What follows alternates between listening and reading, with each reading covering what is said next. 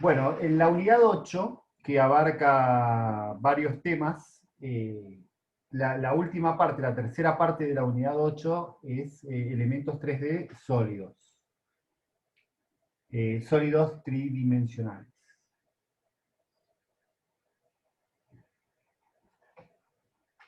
Bueno, los elementos sólidos se utilizan para analizar estructuras cuyas características de geometría, carga o mecánicas no permiten un análisis con los ya vistos hasta ahora, que son los modelos 1D o 2D. ¿Se ve bien ahí o agrando un poco más o le doy a presentación? ¿Se ve bien? Hola, hola. Sí, se ve bien. ¿Se ve bien? ¿Se llega a leer todo? Porque acá hay como letras chiquitas. Perfecto. Entonces, ¿cuáles van a ser estos casos? Evidentemente, cuando el estado, siempre nos vamos a referir al tensor más que nada al tensor de tensiones, ¿sí? Cuando el tensor de tensiones sea espacial realmente, que es claramente espacial, esto es la manera más teórica y la más rápida de definirlo. Cuando esto es así, hay que ir a sólidos tridimensionales. Acá se ven A, B, C, tres ejemplos de estructuras sacadas del Sienkiewicz, Oñate, ¿no? La bibliografía es la de siempre, es en los capítulos subsiguientes o de Sienkiewicz, que es mucho más profundo, o el Oñate.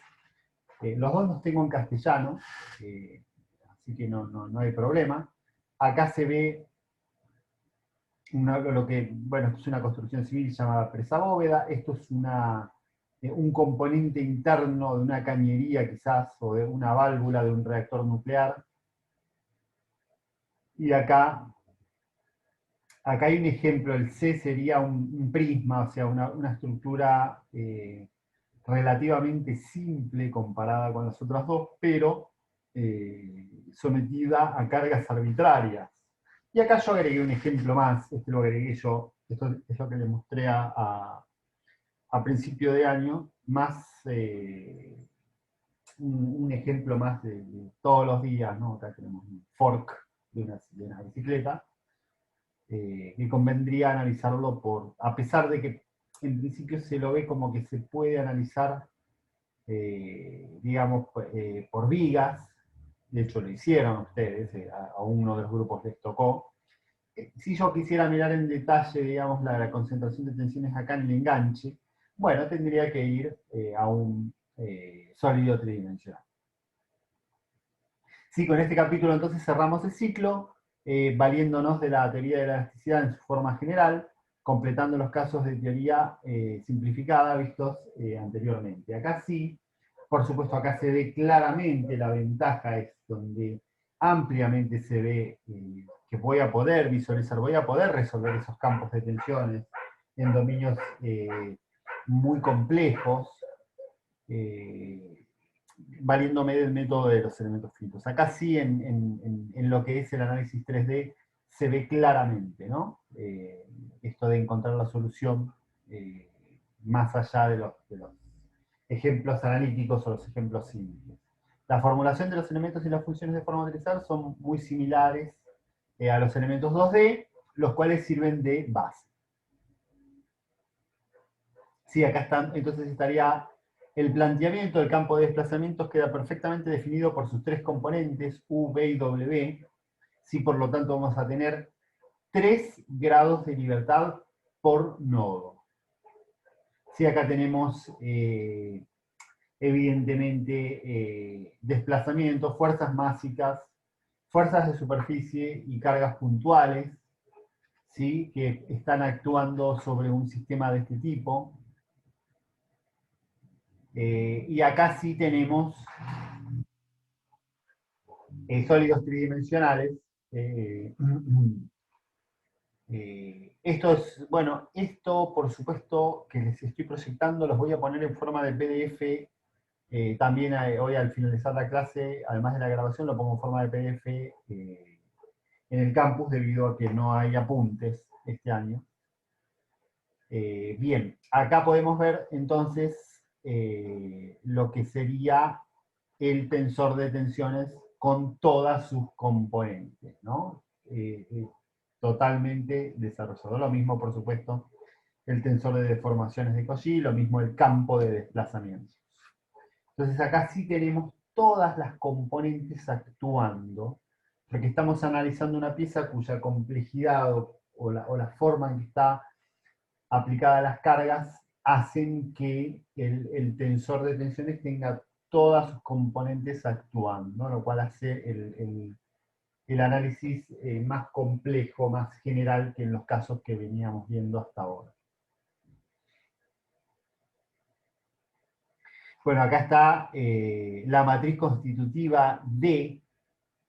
¿Sí? La matriz constitutiva me relaciona el vector, digamos, de tensión, las 6 componentes de tensión, con las 6 componentes de deformación, ¿sí? Salvo por el detalle, fíjense,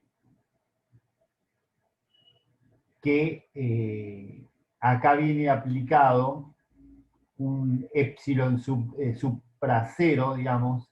En el caso de deformaciones iniciales de origen térmico, el vector E supracero tiene el valor siguiente, y esto es fácilmente programable, digamos.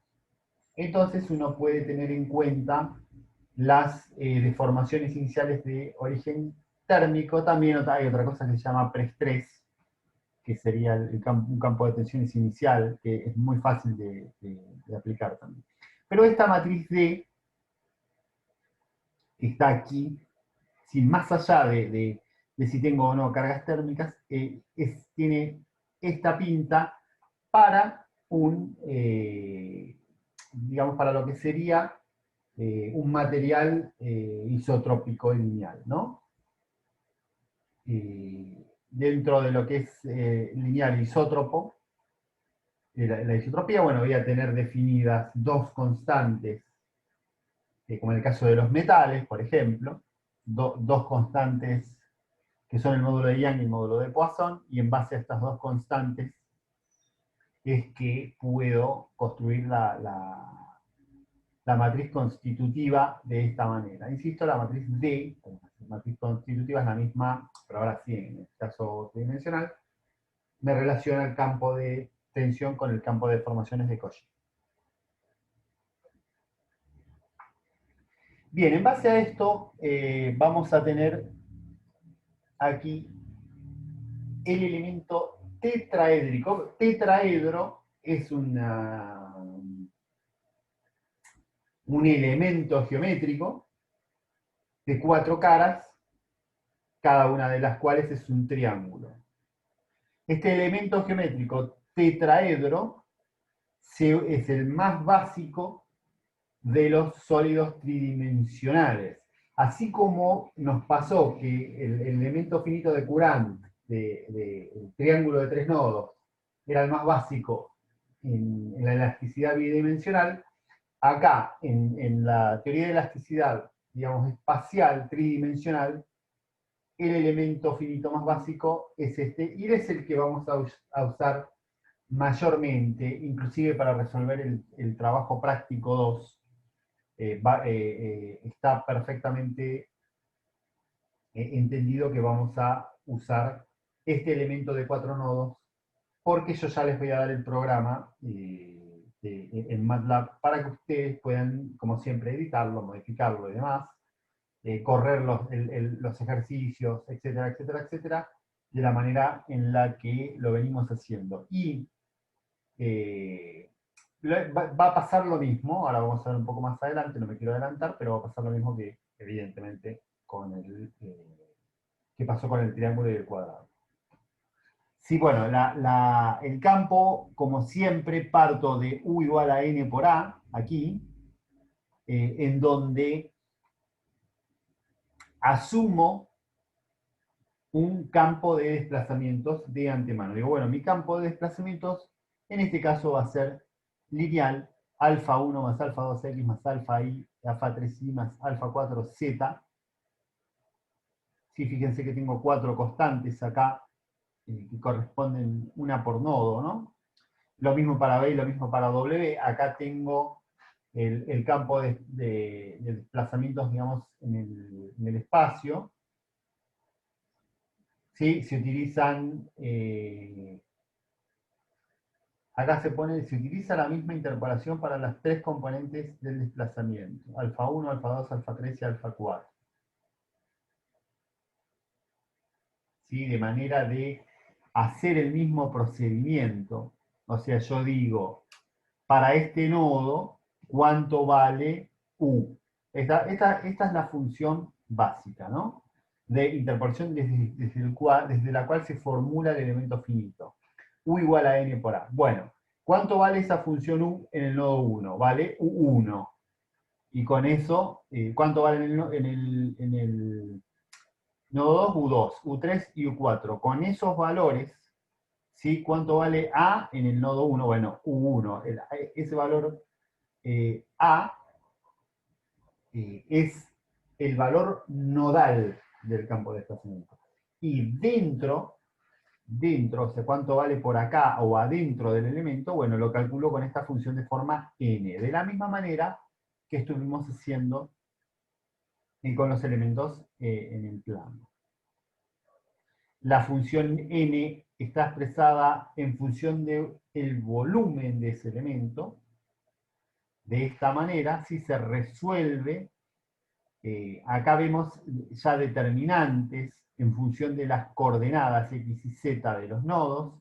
Entonces acá lo que básicamente vamos a tener unas funciones de forma, lineales, por supuesto, en función de las coordenadas de los nodos, en función del volumen de ese elemento, y así se programa esto, ¿no?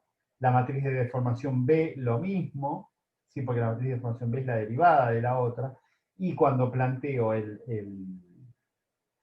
principio de trabajos virtuales y saco la K por U igual a F, saco la matriz K a partir bueno, saco el vector de cargas equivalentes F a partir del principio de trabajos virtuales, me queda con esta pinta la matriz K.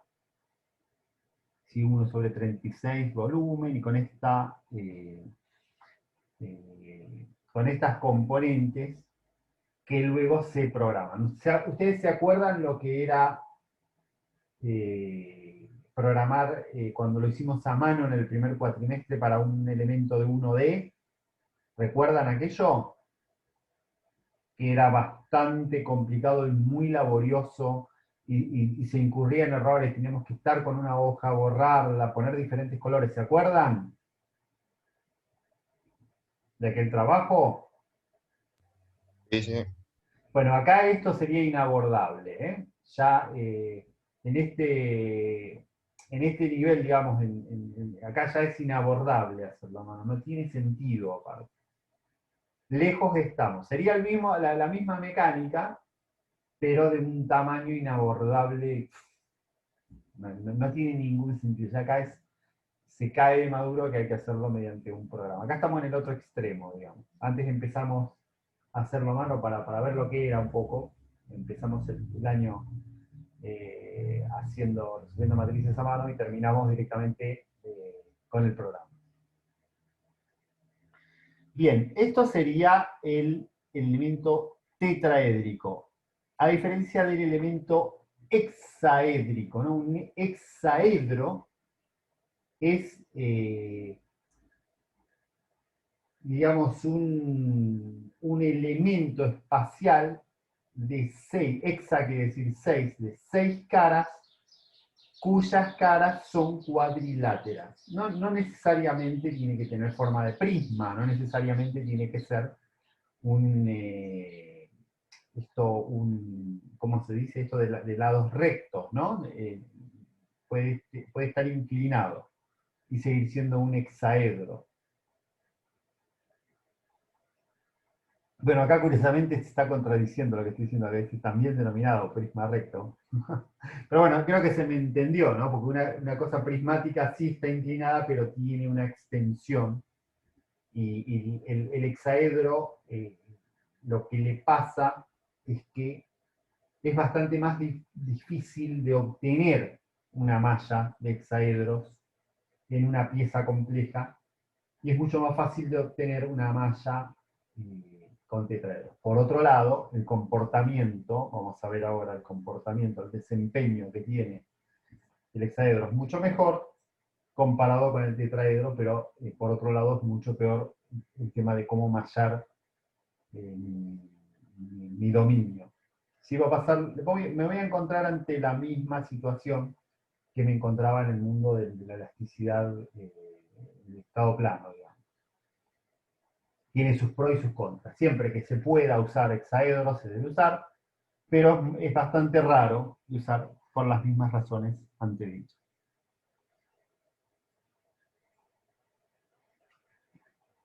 Acá tenemos el elemento, bueno, lagrangiano, lineal, de 8 nodos, y cómo están planteadas en general las funciones de forma. ¿Sí? Acá tenemos las coordenadas normalizadas, zeta y nu, y mu, porque acá tengo, esto sería, a ver si lo digo bien, zeta, psi y nu, lo dije bien, ¿no? Zeta, psi y nu son las coordenadas normalizadas. Lo que se hace es pasar a hacer, se hace un cambio de coordenadas, se obtiene jacobiano, etc. Es lo mismo que se hizo en 2D. Y de esa manera se obtienen las funciones de forma en funciones de esas coordenadas normalizadas. Ese jacobiano se pone también en la integral a la hora de calcular la matriz K, y así es como se, digamos, queda todo plano, queda todo perfectamente en sentencias, paso por paso. Se puede esto perfectamente volcar en un diagrama de bloques sin programar. Si tanto el elemento, digamos, que es en función del área y del volumen, ¿no? En función del volumen acá, el tetraedro, como este elemento lagrangiano, digamos, queda todo puesto en forma de bloques y rápidamente se puede volcar a un programa como por ejemplo el que estamos usando, un intérprete como el MATLAB.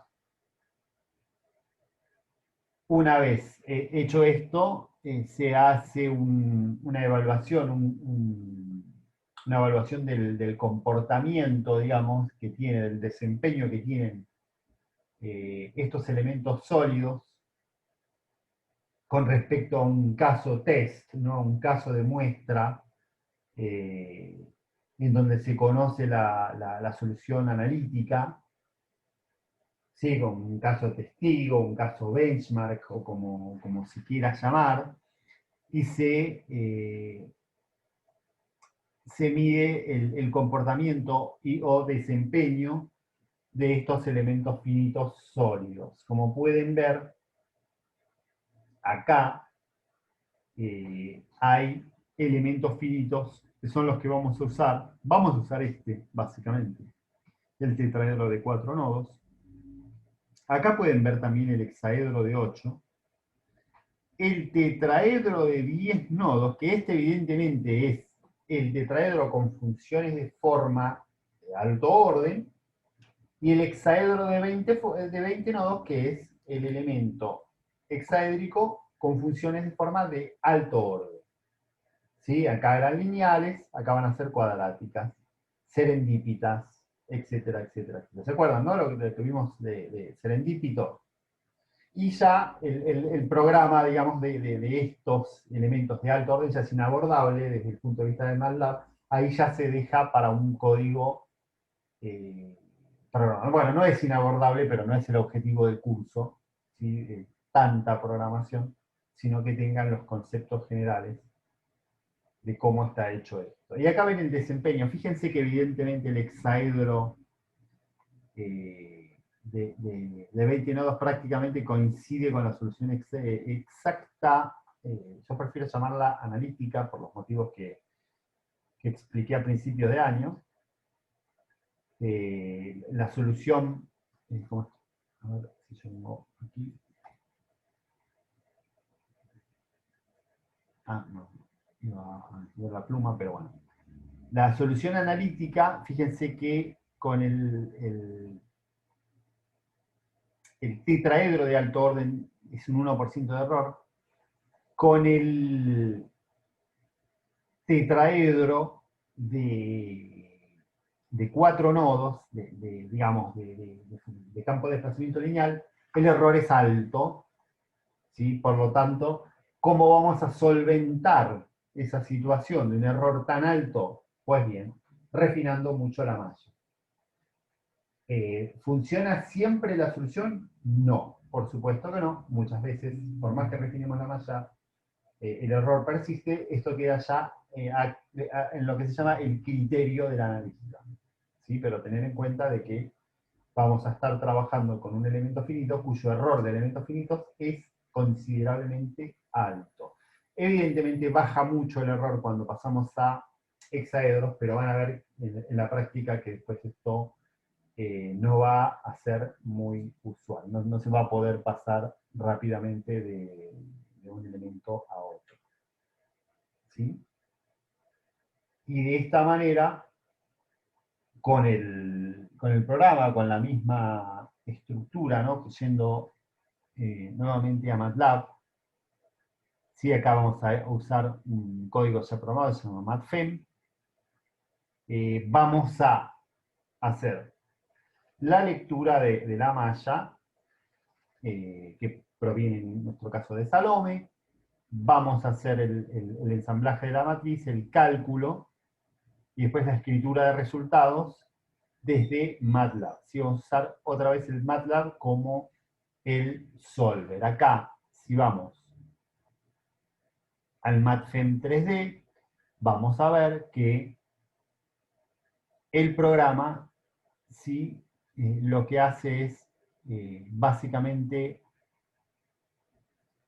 acá comienza el Element Cycle, recupera las propiedades materiales, bueno, evalúa la matriz de rigidez para cada elemento finito que definí. ¿Sí? Acá ya está hecho, al igual que antes, tanto para TET como para EX, o sea, está hecho para hexaedros y para tetraedros. Y después calcula el vector de fuerzas nodales, ¿sí? Calcula, por supuesto, también las side forces, que acá hay una peculiaridad que vamos a ver ahora en la práctica, que las side forces también pueden ser, ahora lo vamos a ver, también puede ser presión. Y después, bueno, aplica las condiciones de borde y computa la solución con la barra invertida. ¿Se acuerdan de la barra invertida, que era el solver automático de MATLAB para resolver el sistema de ecuaciones grandes, que era un solver inteligente que vimos al principio? Acá lo seguimos viendo, prácticamente todo el año con la misma barra invertida, ¿no? Que es el solver para el sistema ensamblado. Esta mecánica es la misma que usamos en el análisis matricial. ¿Cuál es al fin y al cabo, cuál es la diferencia? Que en elementos finitos, porque esto solo ya no se puede hacer, digamos, desde un punto de vista analítico. Acá cuando usamos lo que es el principio de trabajos virtuales, es una formulación débil que se llama, al usar el principio de trabajos virtuales, discretizamos esa estructura en elementos, en un número finito de elementos. Cada uno de esos elementos calculamos la matriz de rigidez K mediante el principio de trabajos virtuales, pero después la ensamblamos de la misma forma que en el análisis matricial. Tiene mucho que ver la mecánica, sí, por eso se da primero análisis matricial, porque la mecánica en cómo se ensambla la matriz global es la misma. Y esto se cumple para todos los programas. Digamos. Evidentemente, de acá a futuro vamos a ver elementos finitos cada vez más complejos. Estos elementos que estamos viendo hoy en día prácticamente ni los van a usar. Van a partir desde acá, desde cuando uno empieza perdón, me equivoqué de presentación. Ahora sí. Prácticamente uno parte desde acá en adelante, ¿no? Después vamos a ver que en realidad se usa se usa el hexaedro de 20 nodos, en realidad. Lo que la mayoría de los programas, inclusive el Salome Meca que vamos a usar, parte desde ahí, tiene una formulación de elementos finitos isoparamétricos, parte, no solo desde ahí, sino que además, a ver si puedo, ahí sí, ahí, ¿se ve la pizarra? Sí, sí. Bien. Entonces, ¿qué es lo que pasa? Va a haber esto, ¿no? Lo que hacen desde el vamos, lo que van a tener ustedes en los programas de elementos finitos es esto. O sea, los lados curvos, isoparamétrico, serendípito y además esto avanzó tanto que ya directamente lo que pasa es que los programas tienen programados elementos degenerables o degenerados, donde esto es un degenerate. En realidad la formulación es tan, pero tan compleja que lo que hace es colapsar nodos y a partir de la formulación de esto ya generar automáticamente, internamente, de los tetraedros allá donde no puede mallar. Entonces ustedes tienen un híbrido, una malla combinada de hexaedros y tetraedros directamente desde el vamos en los programas de hoy en día. ¿Por qué nosotros vemos el elemento más sencillo? Porque, para que entiendan el concepto de que por más que yo esté trabajando con este elemento que es el más es el elemento degenerado, que es el más complicado de todos, la mecánica es la misma. Primero va a calcular la matriz K en el elemento, esa matriz K primero va a tener que asumir un campo de desplazamientos, campos de deformaciones, calcular esas integrales en la matriz K, ensamblarla en la matriz global, ¿sí? Va a tener 3 grados de libertad por nodo, lo mismo que el elemento más sencillo que es el que estamos usando nosotros. Nosotros no nos vamos a meter acá porque es complicadísimo la programación de estos, sino que vamos a trabajar del otro lado, ¿no? Desde acá, desde el elemento más sencillo,